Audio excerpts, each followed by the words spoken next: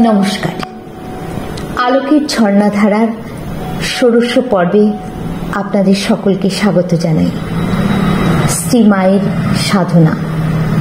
ব্রহ্মচারী অক্ষয় চৈতন্য বলেছেন যে পথভ্রষ্ট মানুষকে উচ্চ ধর্মভাব প্রকাশ করার উপযোগী জীবনাদর্শ শেখানোর জন্যই ভগবানের লীলা ও নরদেহে অবতরণ হয়ে থাকে।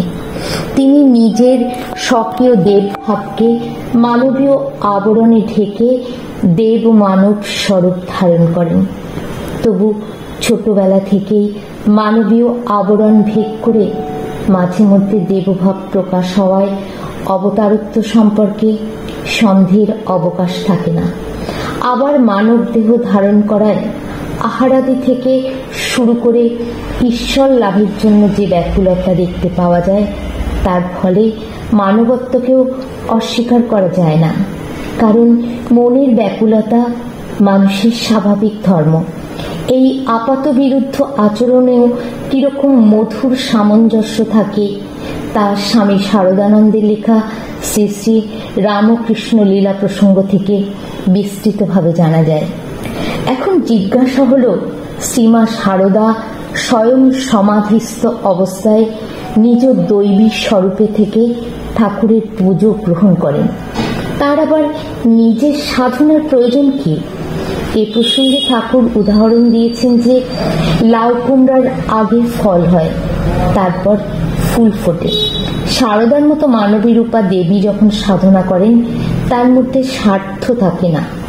তাদের সাধন ভজন পরার্থে হয় বলেই তাদের সাধনায় এমন প্রবল ব্যাকুলতা দেখা যায়, যা ব্যক্তিকেন্দ্রিক সাধনায় লক্ষিত হয় না। কোনো স্নানযোগ উপলক্ষে শারদামা মেয়েদের নিয়ে গঙ্গা স্নান করতে গিয়েছেন।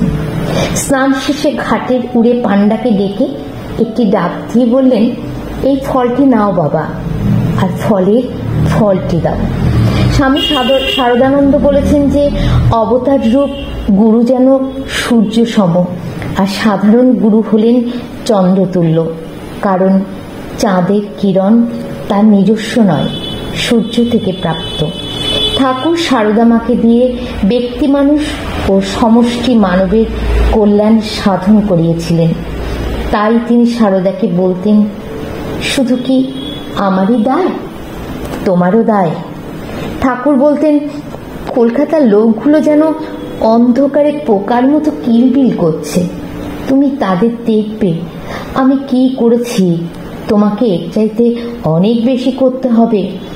তবুও ঠাকুরের তিরোভাবের পর শারদামারও ইচ্ছা হয় চলে যাওয়ার। তখন ঠাকুর দেখা দিয়ে বলতেন, না, তুমি থাকো, অনেক কাজ বাকি আছে।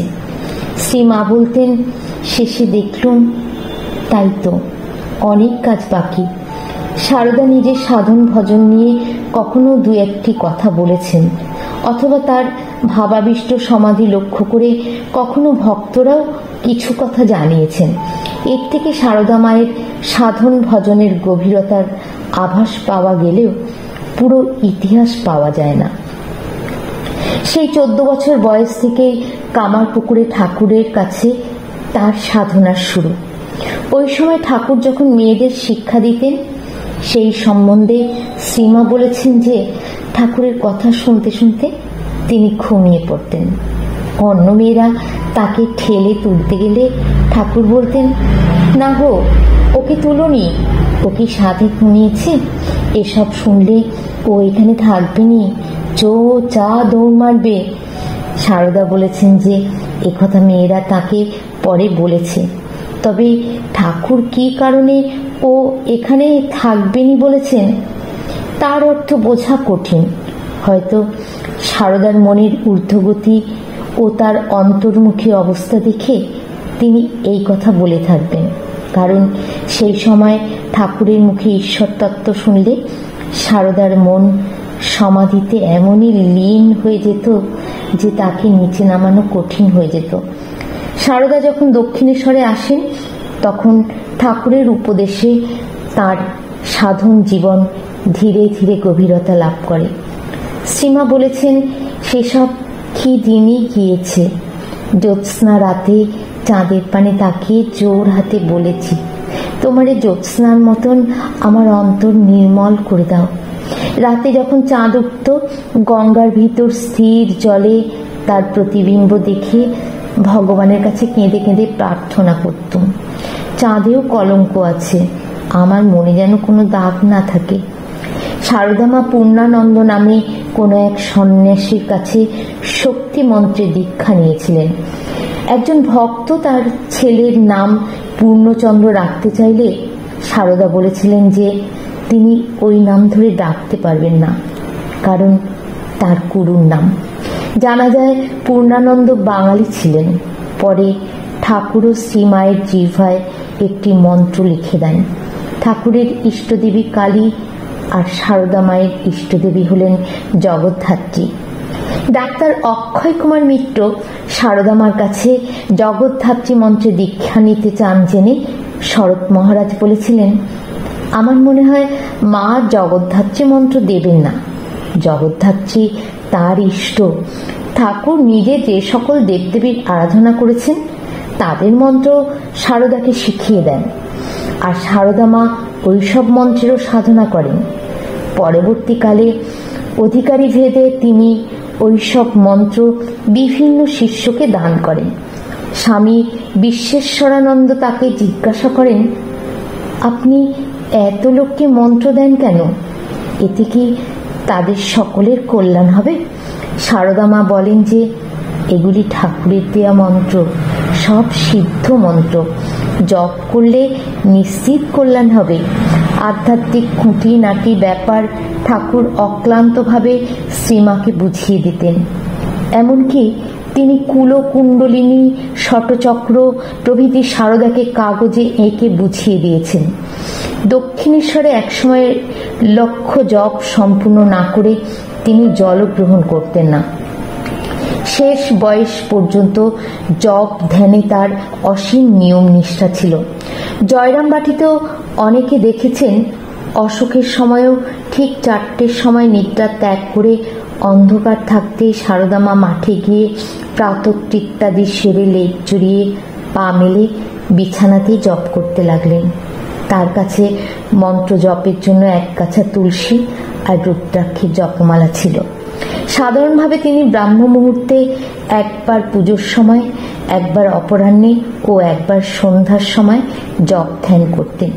এই নিত্যকর্মে তিনি এতই অভ্যস্ত ছিলেন যে তার জপ ধ্যানে কোনো ব্যতিক্রম ঘটত না। একবার দুর্বল শরীরে জপ করতে বসেছেন সারদা। তা দেখে একজন সেবক বলেন, মা, তোমার কি করবার আছে? তোমার তো সব হয়ে গেছে, আবার শুধু শুধু শরীরকে কষ্ট দিচ্ছ কেন? শ্রীমা তাকে বলেন, বাবা, আমার ছেলেরা কে কোথায় কি করছে না করছে তাদের জন্য দুটো করে রাখছি। আর একদিন অপর একজন তাকে বলেছিলেন, আপনি রাতে ঘুমোন না, আমি যখনই রাতে ঘর থেকে বের হই তখনই আপনি বলেন, কে গো? এতে বেশ বুঝি যে আপনার ঘুম হয় না। সারদা শুধু বলেন, যে ছেলেগুলো এসেছে নিজেরা তো কিছু করতে পারে না, তাদের কাজ করতেই সময় চলে যায়। এই সাধন নিষ্ঠা থেকে বোঝা যায় তার প্রাথমিক সাধনার আবেগ ও তীব্রতা কতটা ছিল।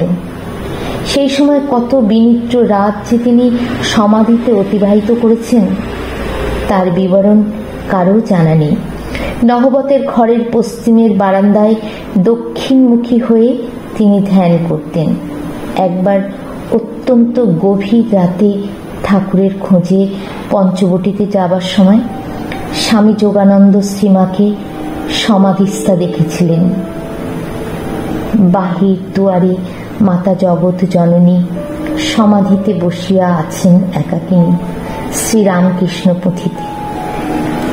শ্যামা পুজো, ফলহারিণী পুজো আর স্নান যাত্রা, এই 3 দিন দক্ষিণেশ্বর কালীবাড়িতে বিশেষ পর্বাহ বলে গণ্য করা হতো। স্নান যাত্রার পর প্রায়শ পঞ্চমীর দিন ঠাকুর দেশে যেতেন। কামারপুকুর, জয়রামবাটি আর শিহরে যাতায়াত করতেন। তবে দুর্গাপুজোর আগে দক্ষিণেশ্বরে ফিরে আসতেন।